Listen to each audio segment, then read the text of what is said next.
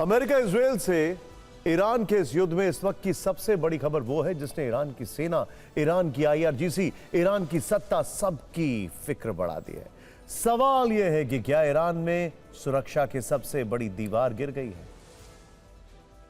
क्या इजराइल के हमले में NSA अली लारिजानी मारे गए? अली लारिजानी जीवित हैं या मृत? तेहरान में सवाल पर सन्नाटा क्यों है, या कहें कि कोई स्पष्ट आधिकारिक जवाब अभी तक क्यों नहीं आया? आपकी स्क्रीन पर जो शख्स दिख रहे हैं, यही ईरान में सुप्रीम लीडर के बाद सबसे ज्यादा ताकतवर व्यक्ति माने जाते हैं। कहा जाता था कि खमेनी का अगर असली ट्रस्ट किसी के ऊपर था, इन रियलिटी वो किसी पे ट्रस्ट करते थे, तो अली लारिजानी थे। ये है अली लारिजानी। इन्हें ईरान की सुरक्षा दीवार भी कहा जाता है। यह आखिरी बार पिछले शुक्रवार को कुद्दस दिवस रैली के दिन तेहरान की सड़कों पर दिखे थे। वहीं से ट्रंप को ललकारते हुए कहा था कि युद्ध ट्वीट या पोस्ट करके नहीं जीते जाते। तब से सार्वजनिक तौर पर नहीं दिखे, और अब इजराइल की ओर से दावे किए जा रहे हैं कि लारिजानी हवाई हमले में मारे गए। इजराइल के PM बेंजामिन नेतन्याहू ने थोड़ी देर पहले बयान दिया कि लारिजानी को मार दिया गया है। दोपहर में यही घोषणा इजराइल की सेना IDF ने भी की थी।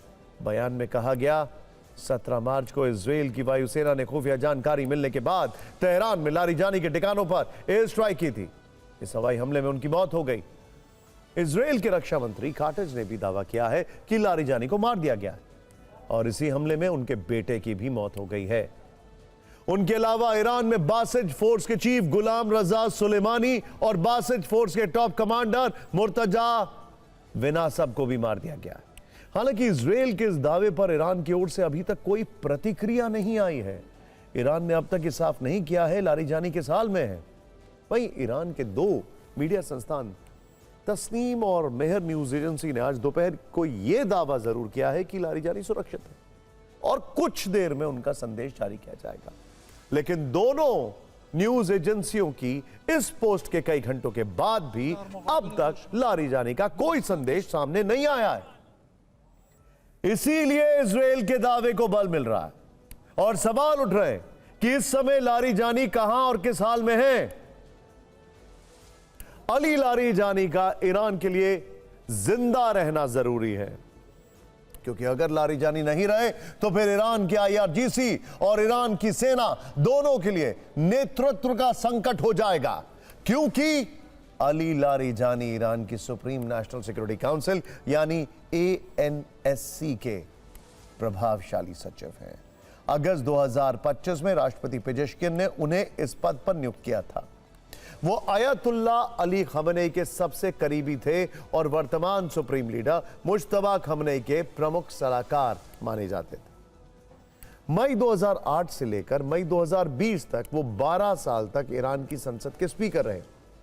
स्पीकर बनने से पहले वो 2005 से लेकर 2007 के बीच ईरान के मुख्य परमाणु वार्ताकार भी थे। एक इंटरेस्टिंग फैक्ट आपको बताना है, न्यूयॉर्क टाइम्स के मुताबिक अली लारिजानी ही वो शख्स है जो नहीं चाहते थे कि मुज्तबा खमेनी सुप्रीम लीडर बने। Think about it. खैर, अली लारिजानी, उन्हें युद्ध की रणनीति बनाने में महारत हासिल है और इजराइल अमेरिका से निपटने की जिम्मेदारी भी उन्हीं के कंधों पर थी। लेकिन जब उनके जीवित होने पर ही अब सस्पेंस है, तो बहुत सारे सवाल खड़े हो रहे हैं। इस बीच TV9 की टीम इजराइल में ही मौजूद है। हमारे सहयोगी मनीष झा ने इस मुद्दे पर PM नेतन्याहू के प्रवक्ता डेविड मेंसर से बातचीत की। उन्होंने भी TV9 पर अली लारिजानी के मारे जाने का दावा किया है। डेविड मेंसर ने नेतन्याहू की मौत की झूठी खबर को भी झूठा बताया और आरोप लगाया कि सोशल मीडिया पर इस तरीके का दुष्प्रचार ईरान की तरफ से हो रहा है। Look, in the first 40 seconds of this war, we took out Ayatollah Khamenei, we took out 40 of the leaders, but Larijani was remaining. I can confirm, as has been said by the defense minister, that he has indeed been eliminated. Our prime minister directed the attack. This was a man who was leading the Iranian armed forces potential defense of Iran against Israel and against the US armed forces, but he is no more. The defense minister has confirmed he has been eliminated. अगर Ali Larijani Israel के हवाई हमले में मारे गए हैं तो यह निश्चित तौर पर ईरान को इस युद्ध में बहुत बड़ी क्षति होगी। और ईरान इजराइल के इन हमलों पर बदला कैसे ले रहा है, युद्ध के 18वें दिन ईरान के इंतकाम की रेंज में कौन कौन से अरब देश आए हैं, अमेरिका और इजराइल ने ईरान को कितनी चोट दी है, तुरंत इस रिपोर्ट में देखें आप।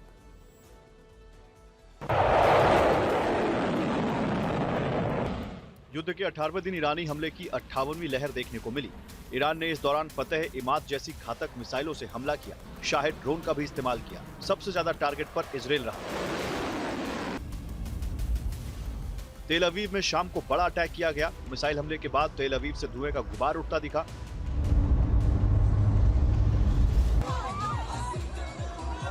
बीती रात भी तेल अवीव ईरान के निशाने पर था। वहां ईरान की कई मिसाइल को इंटरसेप्ट किया गया।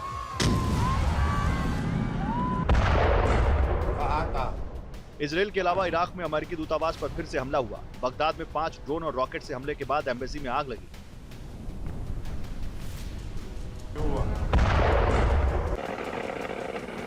बगदाद में ईरानी ड्रोन पर गोले दागे गए। काउंटर अटैक में रॉकेट, आर्टिलरी और मोर्टार से फायर किया गया। 17 मार्च साथ है।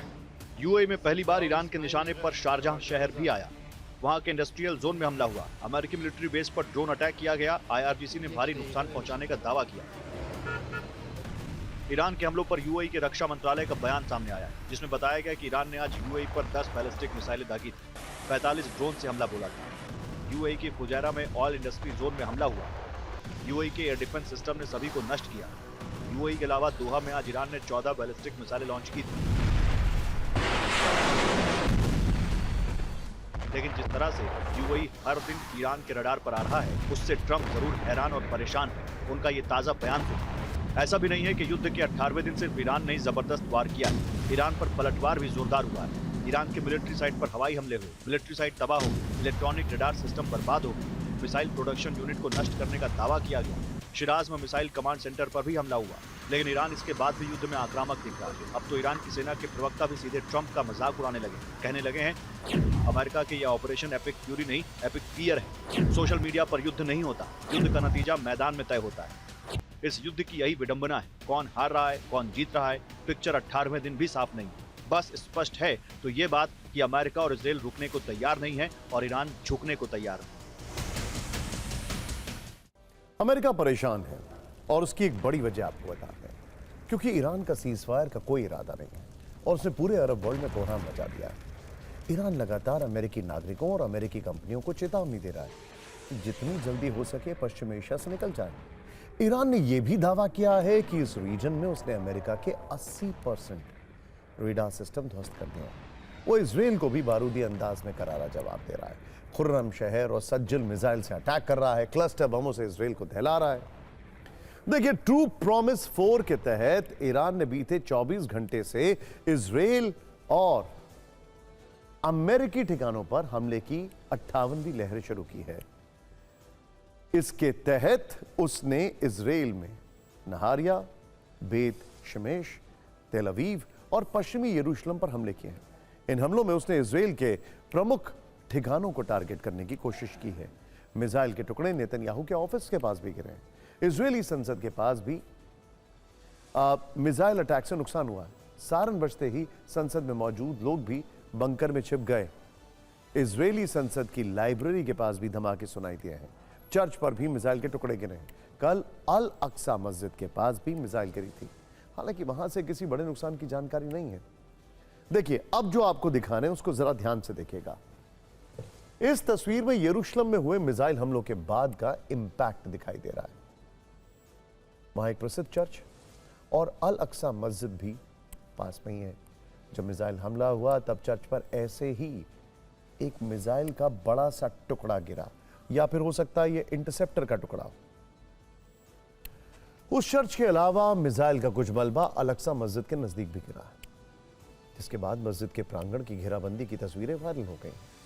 अल अक्सा मस्जिद के पास से हमारे सहयोगी मनीषा ने एक ग्राउंड रिपोर्ट भेजी।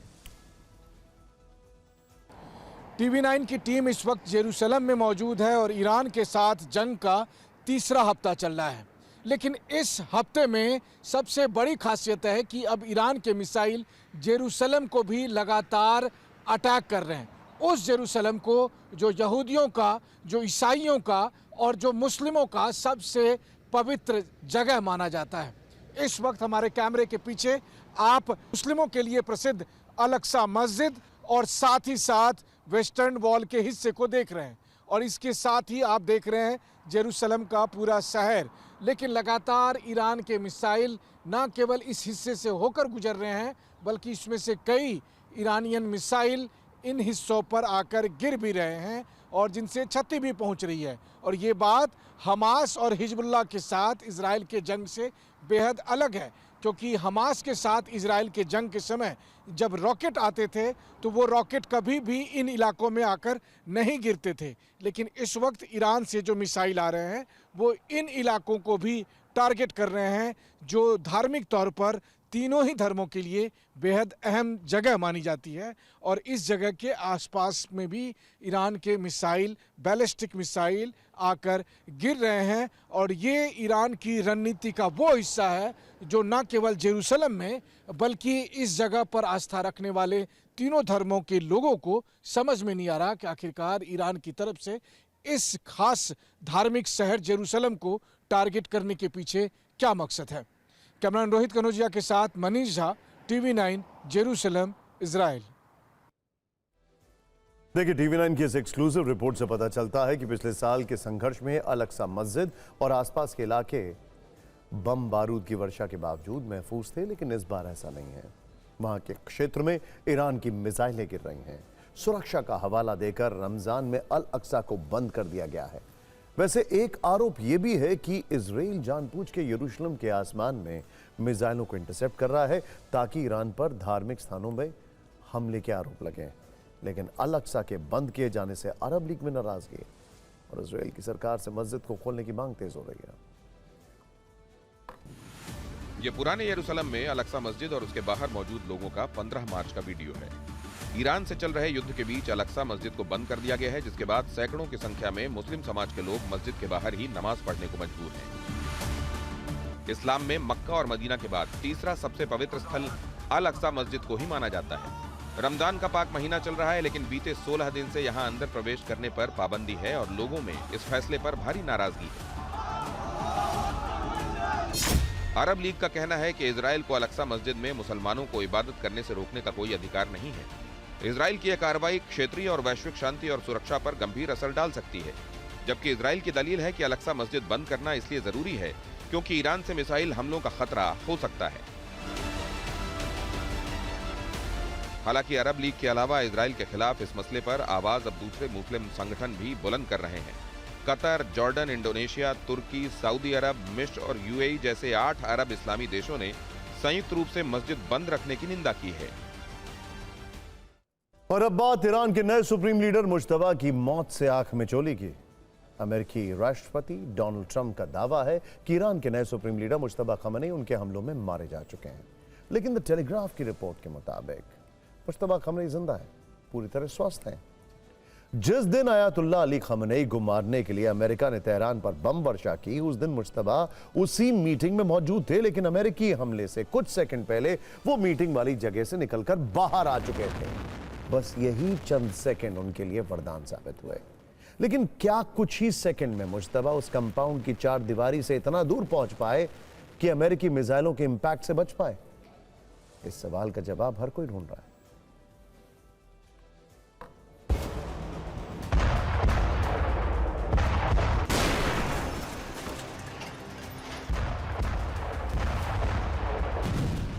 ईरान के नए सुप्रीम लीडर मुश्तबा खामनेई पर सस्पेंस बरकरार है। ईरान की सरकार कह रही है कि वो जिंदा है, लेकिन अमेरिका को उनकी बात पर यकीन नहीं है।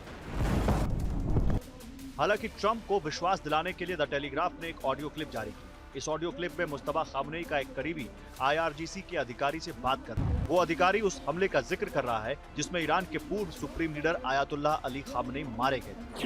ईरानी अधिकारी को यह कहते सुना जा सकता है कि अल्लाह की मर्जी थी कि मुश्तबा किसी काम से बाहर निकल गए। मुश्तबा के उस इमारत से निकलते ही बैलिस्टिक मिसाइलें उस कंपाउंड पर गिरने लगी। एक मिसाइल उस हिस्से पर गिरी जहां अली खामनेई थे। दूसरी मिसाइल ऊपर की मंजिल पर मुश्तबा के आवास पर गिरी। मुश्तबा इस हमले से बच तो गए, लेकिन उनके पैर में मामूली चोट आई। इस ऑडियो क्लिप में उस दिन अमेरिकी हमले से हुई भयानक तबाही का भी जिक्र है। ईरानी अधिकारी का कहना है कि उस हमले में ईरान के मिलिट्री चीफ मोहम्मद शिराजी भी मारे गए। उनके शरीर के इतने टुकड़े हो गए कि बमुश्किल उनको पहचान कर दफनाया गया। इस कबूलनामे के बाद ये सवाल बहुत तेजी से उठ रहा है कि जब उस भीषण हमले में कोई नहीं बचा तो मुस्तबा कैसे बच सकते हैं। सवाल अमेरिकी राष्ट्रपति ट्रंप भी कई बार उठा चुके हैं। उनका ताजा बयान है कि शायद हवाई हमले में उनका एक पैर चला गया, या हो सकता है कि उनका चेहरा बिगड़ गया है। किसी ने सार्वजनिक तौर पर इस बात की पुष्टि नहीं की है कि वो स्वस्थ हैं या किसी ने उन्हें जिंदा देखा भी हो। मुझे नहीं पता कि वो मर चुके हैं या नहीं। भले ही ईरान के अधिकारी अपने नए सुप्रीम लीडर के सही सलामत होने का दावा कर रहे हो, लेकिन उनकी सेहत को लेकर कई तरह की अटकलें लगाई जा रही हैं। जिस दिन यह युद्ध शुरू हुआ उस दिन से लेकर अब तक मुस्तफा खामनेई किसी सार्वजनिक कार्यक्रम में नहीं देखे। पिछले 18 दिनों की जंग में सिर्फ एक बार अपनी जनता के नाम उनका संबोधन आया, और वो भी ऑडियो के जरिए, चेहरा नहीं दिखा। ऐसे में कुछ लोग ये दावा कर रहे हैं कि मुस्तफा खामनेई अमेरिकी हमलों में बुरी तरह जख्मी हैं और उनका इलाज चल रहा है, जबकि कुछ मीडिया रिपोर्ट्स में दावा किया जा रहा है कि गंभीर रूप से घायल मुस्तफा को पुतिन की मदद से इलाज के लिए मॉस्को ले जाया गया है। खैर, सच्चाई जो भी हो, इतना तो तय है कि सुप्रीम लीडर की गैर मौजूदगी में भी ईरान की सेना अमेरिका और इजराइल को पूरी ताकत से जवाब दे रही है। ट्रंप ने शायद सोचा नहीं होगा कि ईरान की लीडरशिप को खत्म करने के बाद भी वो उसकी मिसाइलों को नहीं रोक पाएंगे। पश्चिम एशिया युद्ध की बारूदी चिंगारी में चल रहा है और डोनाल्ड ट्रंप इस आग में जलने से खुद को बचाने की कोशिश में, लेकिन धीरे धीरे उनके फायर एक्सटिंग्विशर के विकल्प खत्म होते जा रहे हैं। जो तस्वीर आप देख रहे हैं इसे हमने आर्टिफिशियल इंटेलिजेंस की मदद से बनाई है। इसमें ट्रंप एक नाव पर सवार हैं। यह नाव समंदर की लहरों के बीच में फंसी हुई है, शायद स्ट्रेट ऑफ हॉर्मुज में। इसमें ट्रंप हाथ फैलाकर मदद मांग रहे हैं, लेकिन ट्रंप के दोस्तों ने मुंह फेर लिया है। एक तरफ वो ईरान के साथ युद्ध में उलझे हैं, तो दूसरी तरफ उनके दोस्त भी दगा देने लगे। कभी दुनिया को एक लाइन में खड़ा करने वाला अमेरिका आज देख रहा है कि आखिर उसके साथ कौन खड़ा है। ईरान की तरफ से होर्मुज स्ट्रेट ब्लॉक करने के बाद ट्रंप ने अपने सहयोगियों से अपील की थी कि वो सामने आए, मदद करें, होर्मुज में अपनी वॉरशिप्स भेजें। या वो देश हैं जिनका अमेरिका के साथ दशकों से गठबंधन है। अमेरिका ने इन देशों की न सिर्फ बिलियन डॉलर्स में मदद की है, बल्कि उन्हें सुरक्षा की गारंटी भी दी है। लेकिन आज जब अमेरिका ईरान के साथ युद्ध में उलझा हुआ है और वो अपने दोस्तों से मदद मांग रहा है, तब सबने हाथ खड़े कर लिया है। यानी ट्रंप के दोस्तों ने उन पर फ्रेंडशिप वाला टैरिफ लगा दिया है और ट्रंप बिल्कुल अकेले पड़ गए। कल जब डोनाल्ड ट्रंप प्रेस कॉन्फ्रेंस के लिए सामने आए तो उनके चेहरे पर कई तरीके के भाव थे। कभी वो अपने सहयोगियों से निराश होते, तो कभी ये दावा कर देते कि दुनिया में उनसे ज्यादा पावरफुल कोई और नहीं है। उनके कंफ्यूजन पर हम आगे आपको एक रिपोर्ट जरूर दिखाएंगे। लेकिन ईरान से युद्ध में उलझने के बाद ट्रंप को समझ आ गया है कि अंतर्राष्ट्रीय राजनीति में कोई स्थायी दोस्त नहीं होता। युद्ध के बीच ट्रंप का दर्द इस ग्राफिक्स में आप देखिए, जरा ध्यान से देखिएगा। ट्रंप ने कल खुलकर कहा कि जापान में अमेरिका के 45,000 सैनिक हैं। इतने ही सैनिक दक्षिण कोरिया में भी तैनात हैं, जबकि जर्मनी में अमेरिका के 50,000 सैनिक हैं। ट्रंप ने कहा कि हम इन देशों की रक्षा करते हैं और ये हमसे पूछते हैं कि हमारे पास माइन स्वीपर्स यानी सुरंग भेदी पोत कितने। यानी ट्रंप ने इशारा किया कि रिश्ता सिर्फ स्वार्थ का है। जो भी देश अमेरिका से अपनी दोस्ती निभा रहे हैं वो सिर्फ अपने बारे में सोच रहे हैं, और इसी बात से ट्रंप को काफी नाराजगी है।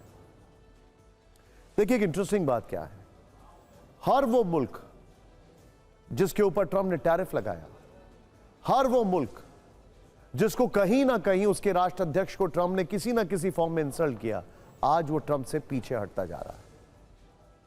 उससे भी बड़ी बात, ट्रंप से पहले जितने भी राष्ट्रपति हुए वो ज्यादातर एक ग्लोबल कंसेंसस बना के हमला करते थे।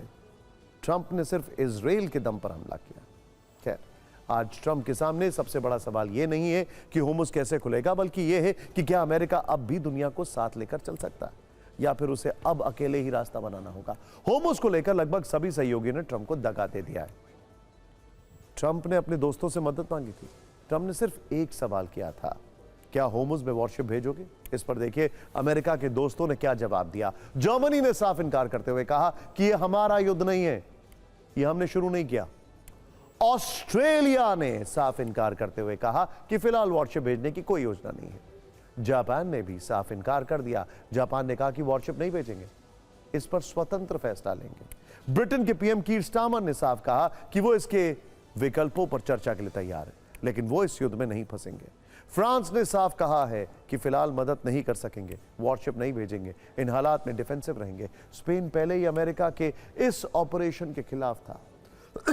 स्पेन ने एक बार में ही मना कर दिया और कह दिया कि वॉरशिप भेजने की कोई योजना नहीं है। इटली की पीएम जॉर्जिया मेलोनी ने, जो कि ट्रंप की यूरोप में सबसे ज्यादा कहा जाए मददगार हैं, उन्होंने भी साफ इनकार करते हुए कहा कि वॉरशिप भेजना मतलब युद्ध में शामिल होना, और वो ऐसा नहीं चाहती। साउथ कोरिया ने भी मदद से दूरी बनाते हुए कहा है कि वो इसकी समीक्षा करेंगे, जिनके साथ एक्सक्यूज मी 3 दिन पहले ही अमेरिका वॉर एक्सरसाइज कर रहा था। साउथ कोरिया ने कहा है कि वो वादा नहीं करते कि वॉरशिप भेजेंगे नहीं। वैसे अब से थोड़ी देर पहले ट्रंप ने ट्रुथ सोशल पर लंबी चौड़ी एक पोस्ट की है। इसमें ट्रंप ने लिखा है कि नेटो के सभी देश मानते हैं कि जो हम ईरान में कर रहे हैं वो सही है, इसके बावजूद वो मदद के लिए नहीं आ रहे हैं। इसके साथ ही ट्रंप ने यह भी लिखा है कि वो ईरान की नेवी, एयरफोर्स और एंटी एयरक्राफ्ट और रेडार सिस्टम को बहुत नुकसान पहुंचा चुके हैं। उन्हें नेटो या किसी और की मदद की आवश्यकता नहीं है। ट्रंप को यह सब क्यों लिखना पड़ा है? आखिर इसके मायने क्या है? ध्यान से देखिएगा। क्या अब अमेरिका के एक इशारे पर भी देश मदद के लिए सामने नहीं आते? क्या अब देश अपने राष्ट्रीय हितों को प्राथमिकता दे रहे हैं? क्या दुनिया अब एक मल्टीपोलर ऑर्डर की ओर बढ़ रहा है? क्या अब कोई भी देश बेवजह युद्ध में फंसना नहीं चाहता है? सबसे बड़ा सवाल, क्या अमेरिका के सुपर पावर के टैग की अहमियत कम हो रही है? कल प्रेस कॉन्फ्रेंस में ट्रंप किस तरह असहाय नजर आए, फिक्र की इस न्यूज रील में आप जरूर देखिए। देखिए, हमारे सभी दर्शकों को एक बात समझ में आना जरूरी है। दुनिया भर के एक्सपर्ट्स ये कह रहे हैं कि ईरान युद्ध से एक चीज और साफ हो रही है, और वो ये है कि अब नेटो शायद एक ग्रुप बन के ना रहे। ग्रीनलैंड पर उन्होंने पहले ही ट्रंप को वार्निंग दी थी, और अब न सिर्फ वार्निंग दी है, बल्कि उन्होंने सीधे तरीके से कह दिया है कि हम आपके साथ नहीं हैं।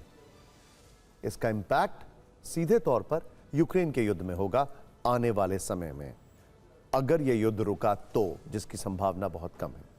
वैसे कल ट्रंप की प्रेस कॉन्फ्रेंस उनके अजीब व गरीब बयानों के लिए भी याद रखी जाएगी। ऐसा लग रहा था कि ट्रंप काफी कंफ्यूज्ड है, समझ में नहीं आया कि आखिर ट्रंप कहना क्या चाहते हैं। देखिए, कंफ्यूज्ड या ट्रंप के लिए मशहूर यह है कि वो एक झूठ को इतनी बार बोलते हैं कि लोगों को सच लगने लगे, हालांकि वो एक्सपोज काफी हो जाते हैं। ट्रंप ने पहले इसी प्रेस कॉन्फ्रेंस में कहा कि होर्मुज में हमें नेटो की मदद चाहिए। इसके कुछ देर बाद ट्रंप बोले, हम ताकतवर हैं, होर्मुज में हमें किसी की मदद की जरूरत नहीं है। कॉन्ट्राडिक्शन। ट्रंप ने फिर कहा कि होर्मुज में हमें मदद चाहिए, मदद के समय वो साथ नहीं देते। इसके बाद ट्रंप ने कहा कि हम बहुत उत्साहित हैं, वो हमारे साथ आ रहे हैं। फिर से कॉन्ट्राडिक्शन। ट्रंप ने कहा कि ईरान के पास न्यूक्लियर हथियार होते तो वो हम पर हमला कर देते। इसके बाद ट्रंप ने कहा कि हमने ईरान के न्यूक्लियर हथियार नष्ट कर दिए हैं। सबसे बड़ा कॉन्ट्राडिक्शन। ट्रंप ने कहा कि ईरान के साथ युद्ध बहुत जल्द खत्म हो जाएगा। इसके बाद ट्रंप ने ईरान के साथ युद्ध की तुलना शतरंज के एक बड़े मैच से की और कहा कि हमारा सामना ईरान के हाई आईक्यू लोगों से है। सोचिए, हाई आईक्यू, यानी ट्रंप क्या कह रहे हैं, उनकी टीम में हाई आईक्यू नहीं है। वैसे सब के अलावा ट्रंप ने ऐसा कुछ कहा जिससे हर कोई चौंक गया। ट्रंप ने कहा, हमने ईरान के साथ युद्ध आदत की वजह से शुरू किया, जो कि अच्छी बात नहीं है। यानी ट्रंप कहना चाह रहे थे कि उन्हें युद्ध लड़ने की आदत है और वो अपनी इस आदत से मजबूर है। तो आप भी ट्रंप के अजीबोगरीब बयान वाली ये रील देखिए।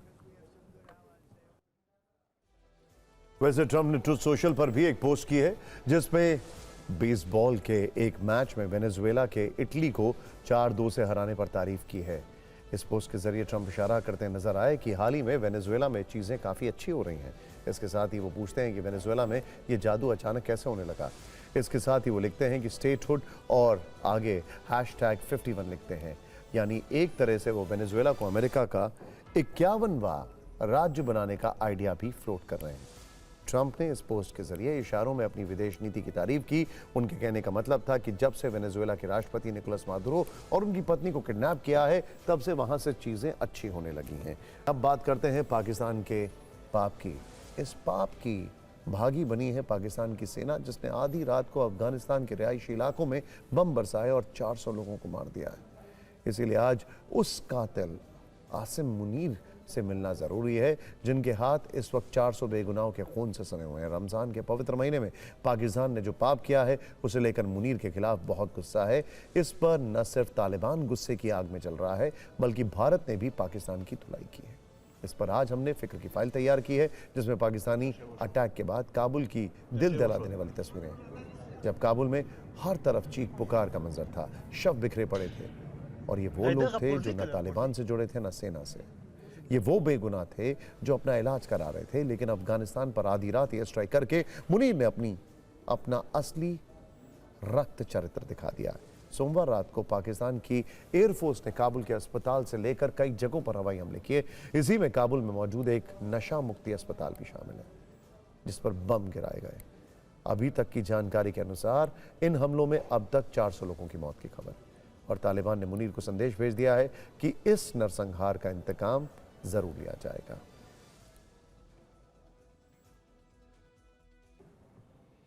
इन हमलों के बाद तालिबान बदले की आग में चल रहा है।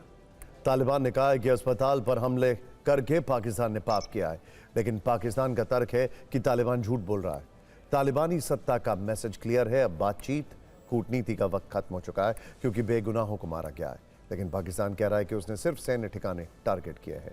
तालिबान का कहना है कि अब पाकिस्तान से बात नहीं होगी, सिर्फ बम चलेंगे, जबकि पाकिस्तान का दावा है कि उसने आतंकवाद बढ़ाने वाले अड्डे उड़ाए। तालिबान ने ऐलान कर दिया है कि अब 400 मौत का बदला ऐसा होगा कि पाकिस्तान याद रखेगा। तो पाकिस्तान ने भी कह दिया है कि उसका ऑपरेशन गजब लिल हक जारी रहेगा। अफगानिस्तान में हुए नरसंहार पर भारत ने भी पाकिस्तान की कड़ी निंदा की है और कहा है कि वो इस मुश्किल वक्त में अफगानिस्तान के लोगों के साथ है। भारत की ओर से कहा गया है कि पाकिस्तान का हमला एक बर्बर, कायराना और अमानवीय हिंसा है। जहां पाकिस्तान ने हमला किया वो अस्पताल, नागरिक सुविधा केंद्र था, और नशा मुक्ति केंद्र पर बमबारी पाकिस्तान की हताशा को दर्शाता है। भारत के अनुसार पाकिस्तान नरसंहार को सैन्य उपलब्धि बताने की कोशिश कर रहा है, जो किसी भी स्थिति में न्याय संगत नहीं कहा जा सकता है।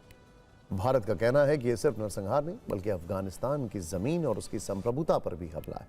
यह हमला ऐसे वक्त में हुआ है जब शांति और इंसानियत की बात होती है। इस स्थिति में पाकिस्तान का अस्पताल पर हमला करना और भी शर्मनाक है। भारत ने दुनिया के सभी देशों से अपील की है कि इसे हल्के में ना लिया जाए और जो भी जिम्मेदार है उन पर सख्त कार्रवाई हो। अब राजनीतिक खबरों की बात करते हैं। क्या किसी चुनाव में कोई उम्मीदवार 0.33 वोट से जीत या हार सकता है? आप कहेंगे ऐसा कैसे हो सकता है, लेकिन ये सच है और संभव भी है। ये कारनामा हरियाणा की 2 राज्यसभा सीटों पर हुए चुनाव में हुआ है। ये सबसे दिलचस्प सियासी खबर है। इसे समझने के लिए आपको कुछ बेसिक्स भी जानने होंगे, ताकि पूरी बात और सियासी खेल आप समझ पाएं। ध्यान से देखिएगा। राज्यसभा चुनाव में सीधे जनता वोट नहीं डालती, बल्कि हमारे चुने हुए विधायक वोट डालते हैं। इसीलिए समझना होगा कि आम हालात में जीतने का गणित यानी कैलकुलेशन क्या है। राज्यसभा में जीतने के लिए एक फॉर्मूला आता है। कुल विधायकों की संख्या को चुनाव वाली राज्यसभा सीटों की संख्या में 1 जोड़कर डिवाइड किया जाता है और फिर उसमें 1 जोड़ा जाता है। यानी हरियाणा में 90 विधायक हैं और 2 सीटों पर चुनाव था। गणित के हिसाब से 90 को 3 से डिवाइड करेंगे और फिर जो नतीजा आएगा यानी 30, उसमें 1 जोड़ेंगे। इस हिसाब से 31 वोट जीत के लिए जरूरी थे। अब इसमें हर विधायक के वोट की वैल्यू 100 मानी जाती है, यानी जीतने के लिए 3100 वोट वैल्यू चाहिए। आसान शब्दों में कहें तो अगर सभी 90 विधायक सही वोट डालें तो 2 जीतने वाले उम्मीदवारों को कम से कम 31 विधायकों का वोट तो चाहिए था। आम चुनावों में ईवीएम का बटन दबाकर किसी एक को वोट देते हैं, लेकिन राज्यसभा में ऐसा नहीं होता। यहां विधायक पर्ची पर अपनी पसंद का नंबर 1, 2 या 3 लिखते हैं। नंबर 1 का मतलब है कि पहली पसंद, जो जीतने का टारगेट यानी 3100 वोट वैल्यू हमने देखी है, वो इन्हीं पहली पसंद वाले वोटों से गिना जाता है। नंबर 2 का मतलब है कि अगर पहली पसंद वाला नेता किसी कारण रेस से बाहर हो जाए या उसे जरूरत से ज्यादा वोट मिल जाए तो वोट बर्बाद ना हो, बल्कि दूसरी पसंद वाले नेता को ट्रांसफर कर दिया जाए। सरल शब्दों में कहें तो यही यहां वोट कटता नहीं है, जरूरत पड़ने पर शिफ्ट हो जाता है, ट्रांसफर हो जाता है। इसके आधार पर अगर हरियाणा के चुनावों का गणित देखा जाए तो वोटिंग के दिन 90 में से सिर्फ 83 विधायकों के वोट ही मान्य रहे। इस तरह 7 वोट कम हो गए क्योंकि आईएनएलडी के 2 विधायकों ने वोट नहीं डाला, कांग्रेस के 4 विधायकों के वोट जो है वो रद्द हो गए और बीजेपी के 1 विधायक का वोट रद्द हो गया। 7 वोट कम होने के बाद अब नया गणित यह है कि कुल 83 और इनकी वोट वैल्यू इक्वल्स टू 8300।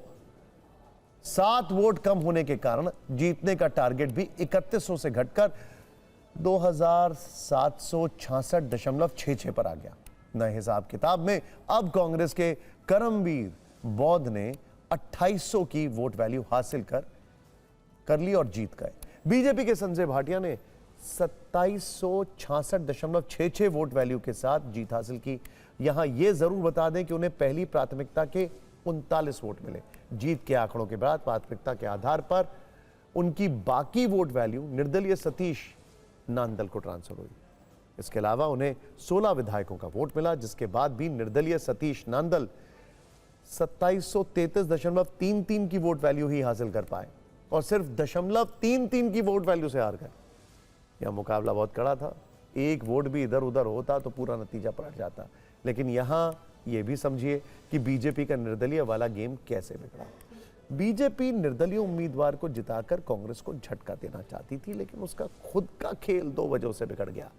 पहली वजह यह रही कि आईएनएलडी के 2 विधायकों ने निर्दलीय सतीश नांदल को वोट देने की बजाय वोटिंग से किनारा कर लिया।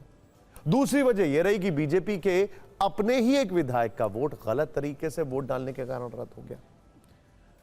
अगर ऐसा नहीं होता तो निर्दलीय उम्मीदवार आसानी से जीत जाता। जैसे तैसे कांग्रेस के प्रत्याशी जीत तो गए, लेकिन नतीजों ने हरियाणा कांग्रेस के अंदर की बगावत साफ कर दी है।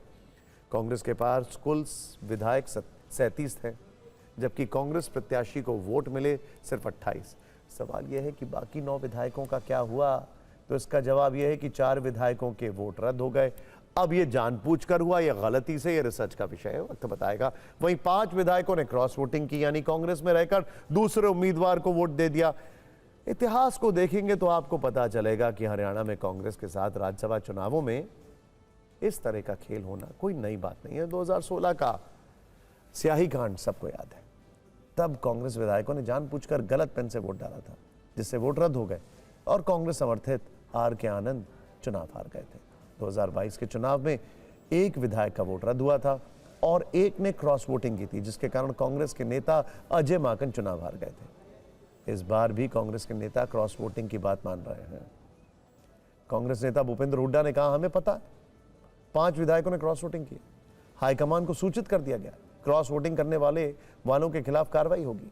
आज कांग्रेस ने ओडिशा में क्रॉस वोटिंग करने वाले 3 विधायकों को निलंबित कर दिया है। हो सकता है ऐसा ही एक्शन हरियाणा में भी देखें।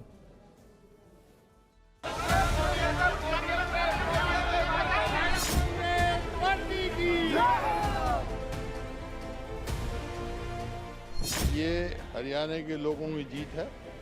जो लोग चाहते थे वही नतीजा आया है। बावजूद इनके हर प्रयास इन्होंने किया, जैसे विधानसभा में किया था, यहाँ भी वोट चोरी का पूरा प्रयास किया और प्रत्यक्ष प्रमाण की जरूरत नहीं होती। सर, ब्लैक शीप आपको लगा कांग्रेस में कुछ है? 5 क्रॉस वोट हुए हैं। ऐसा है कोई हो, मैं किसी का नाम नहीं लूँगा, लेकिन हरियाणा के लोग समझ चुके हैं। लेकिन पार्टी उन पर कार्रवाई करेगी सर? पार्टी बात करेगी। कांग्रेस को अपने विधायकों पर विश्वास नहीं। कांग्रेस विधायकों को बंदी बना करके एक घंटे बाद अलग अलग स्थानों पर ट्रांसफर करती है। कांग्रेस के लगभग 9 वोट इंडिपेंडेंट प्रत्याशी की तरफ गए हैं। भारतीय जनता पार्टी ने हर तरीके का हथकंडा अपनाकर मात्र एक राज्यसभा सीट के लिए इस तरह की अनैतिक राजनीति आज तक कभी देखी नहीं गई हो जो पूरे देश में। जब खरीद फरोख्त नहीं चल पाई तो उसके बाद रात के अंधेरे में प्रजातंत्र का गला घोटने का भी प्रयास हुआ। बहुत अच्छा चुनाव भारतीय जनता पार्टी ने और निर्दलीय प्रत्याशी ने जीता। 0.3% से सिर्फ कांग्रेस अपना कैंडिडेट जिता पाई। 9 विधायकों का वोट, कांग्रेस उनका विश्वास खो चुकी है। कांग्रेस अब जल्दी टूटती हुई दिखाई देगी। देखिए, अब आपको यूपी लेके चलते हैं। उत्तर प्रदेश में 2027 का विधानसभा चुनाव अभी दूर है, लेकिन बीजेपी ने अपनी जमीनी पकड़ मजबूत करने के लिए संगठन के पेंच कसने शुरू कर दिए हैं। इसी कड़ी में सालों से वफादारी निभा रहे कार्यकर्ताओं को नामित पार्षद बनाकर इनाम दिया जा रहा है। अयोध्या में इनाम बांटने की हड़बड़ी में एक ऐसी गलती हो गई जिसने यूपी बीजेपी की पूरी कार्यप्रणाली पर ही सवाल खड़े कर दिए हैं। पार्टी ने एक ऐसे कार्यकर्ता को पार्षद नामित कर दिया जो अब इस दुनिया में ही नहीं है। दरअसल बाकी जिलों की तरह बीजेपी ने अयोध्या की 6 नगर पंचायतों के लिए 18 नामित पार्षदों की घोषणा की। इसी में खरौनी सुचितागंज से राजवंश पासी के नाम का भी ऐलान किया गया, लेकिन राजवंश पासी की 5 महीने पहले ब्रेन स्ट्रोक से मौत हो चुकी है। जरा सोचिए, पार्टी के जो जिंदा और सक्रिय कार्यकर्ता सालों से इस लिस्ट में अपना नाम आने का इंतजार कर रहे थे, उनके हाथ निराशा लगी और पार्टी ने एक ऐसे स्वर्गवासी कार्यकर्ता को जिम्मेदारी सौंप दी। अयोध्या में हुई इस लापरवाही ने स्थानीय संगठन की जमकर फजीहत कराई है। आपको बता दें कि यूपी में मई 2023 में नगर निकाय चुनाव हुए थे। तब से लेकर अब तक यानी लगभग पौने 3 साल से बीजेपी के कई कार्यकर्ता नामित पार्षद बनने की आस लगाए बैठे थे। प्रदेश संगठन इसे टालता रहा और जब लंबे इंतजार के बाद लिस्ट आई तो उसमें मृतक पार्षद का नाम निकला। पूरे प्रदेश में नामित पार्षदों का गणित क्या है वो भी समझ लीजिए। बीजेपी ने नगर निगमों में सबसे ज्यादा 10-10 पार्षद नामित किए, जबकि नगर पालिकाओं में 5-5 और नगर पंचायतों में 3-3 सदस्य नामित किए गए। कुल 761 निकायों में 2802 सदस्य नामित किए गए। अब सबसे बड़ा सवाल यह है कि क्या 2027 के विधानसभा चुनावों के दबाव में पार्टी ने बिना किसी जमीनी फीडबैक के आनन फानन में ये लिस्ट तैयार कर दी? क्या एसी कमरों में बैठकर सिर्फ पुरानी फाइलों पर नाम टिक कर दिए गए? क्योंकि एक मृतक को पार्षद की कुर्सी सौंप देना सिर्फ एक टाइपिंग मिस्टेक नहीं हो सकती। ये सीधे तौर पर संगठन के जमीनी जुड़ाव पर सवाल है और व्यवस्था की एक बड़ी नाकामी की ओर इशारा करता है।